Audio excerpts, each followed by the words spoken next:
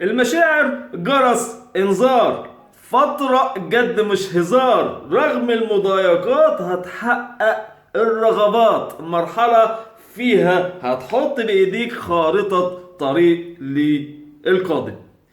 السلام عليكم ورحمة الله وبركاته. هتكلم عن برج السرطان، المرحلة من 1 ل10 شهر إبريل 2021. أهم التوقعات والنصائح والتحذيرات ليك خلال الفترة. فترة بدايتها مضايقات، بدايتها تدخلات، ممكن تدخل في حوارات، لكن انت في دماغك اهداف وعايز تحقق رغبات.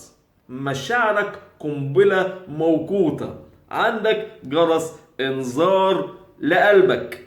قلبك معرض بنسبة كبيرة لتغييرات كبرى، لتعديلات كبرى، واستنشاق الهواء من جديد.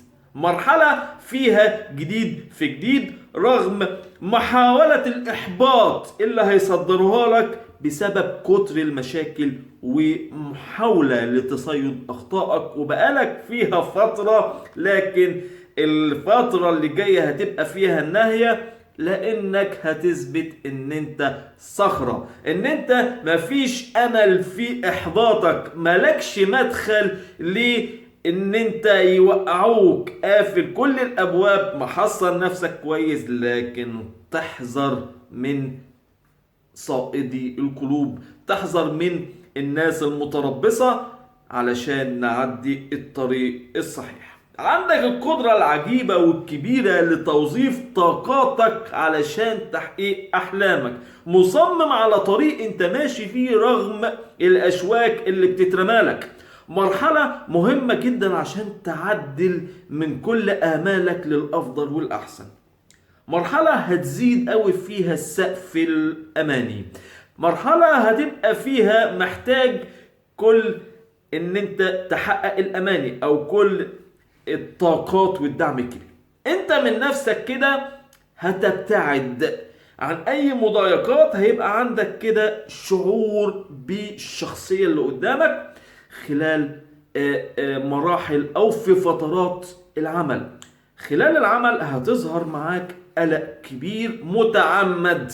تاني، قلق كبير متعمد، ممكن يكون في سوء حظ نوعا ما، مواقف ممكن تتعرض فيها للإحراج، تعرض للإحراج برضو هيبقى فيها تربص، يعني هيبقى المواضيع كده، هيحاول حد يكبر لك مشكلة، حد يمسك لك على غلطة، حد كده يعمل لك أي حاجة، لكن أنت متماسك جدا وعندك القدرة الكبيرة انك تخلي اي موضوع كبير صغير، وهتبقى لاي حد بتحير. مرحلة مهمة جدا في العمل، متماسك جدا، لكن حاول تحذر من المتربصين اللي قاعدين لك على الاخطاء وطول النهار ليك شايفين وقاعدين.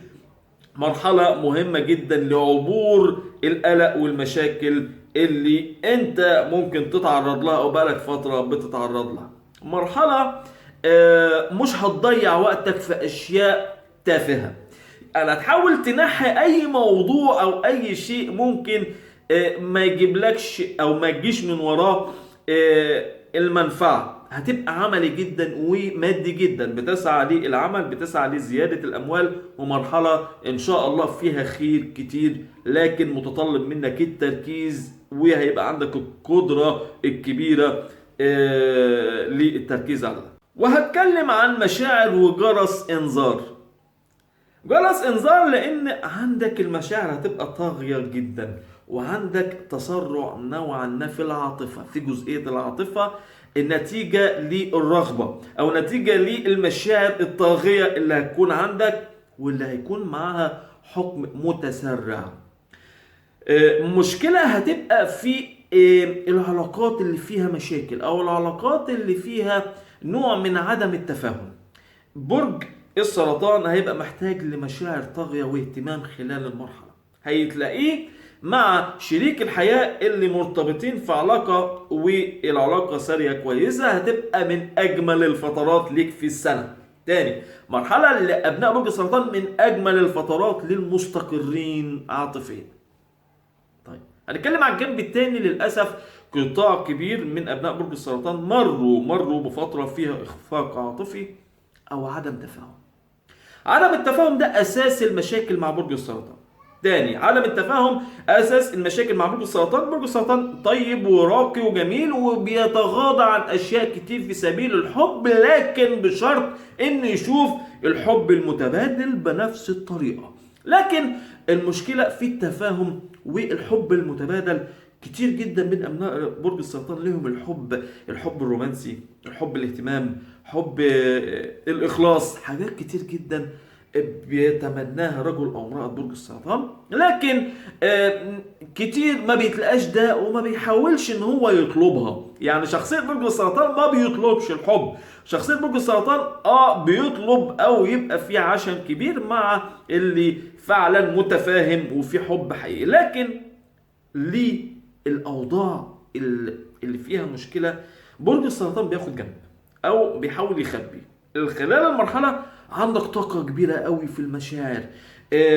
لازم او هتحتاج لاي حد قدامك هيكون بيك انت شاعر بمشاعرك. لذلك دي نقطة المشكلة عند ابناء برج السرطان، انه هيبحث. مشاعره الكبيرة هتخليه يبحث، وده ممكن يخليه يبقى في مشكلة في مواجهة مع شريك الحياة، لأنه هيبقى صريح جدا. برج السرطان صريح، معروف بصراحته، لكن هيبقى صريح بزيادة. هيبقى في عتاب، هيبقى في ممكن توصل لفقد أعصاب. لذلك نحاول بقدر الإمكان إن احنا نعبر المرحلة بهدوء، نحاول إن احنا نتجاوز، نحاول إن احنا ما نواجهش، علشان مش هيبقى عندك الصبر ان انت تحط حتى طريق. هيبقى في تسرع من ابناء برج السرطان. مرحلة هيدعمها في العصبية للأسف المشاكل اللي تلاقيها في حياتك الخارجية أو في العمل، لأنك مركز أوي. لذلك أنت هتحط روشتة أو متطلب منك تحط روشتة كده لكيفية وأولوية مواجهة المشاكل. يعني أنت بنفسك هتحاول تظبط أمورك بروشتة كده هتحطها، علشان ما يختلطش كل الأمور مع بعض ويحصل مشكلة أو انفلات للأعصاب. انا بتكلم بطريقه نفسيه زائد الامور اللي ممكن تشوفها في الفتره اللي جايه، وبحاول ان انا اوضح رد فعلك وازاي نبعد عن المشاكل او ناخد قرار نندم عليه بعدين، او ممكن يبقى في تفاقم للمشاكل اكتر. مرحله مهمه لهدوء، مرحله مهمه لعبور دايره مغلقه، او ان انت تحاول تنجز امور كتير للأسف أنت وقعت فيها وبتحاول تشوف لها نهاية.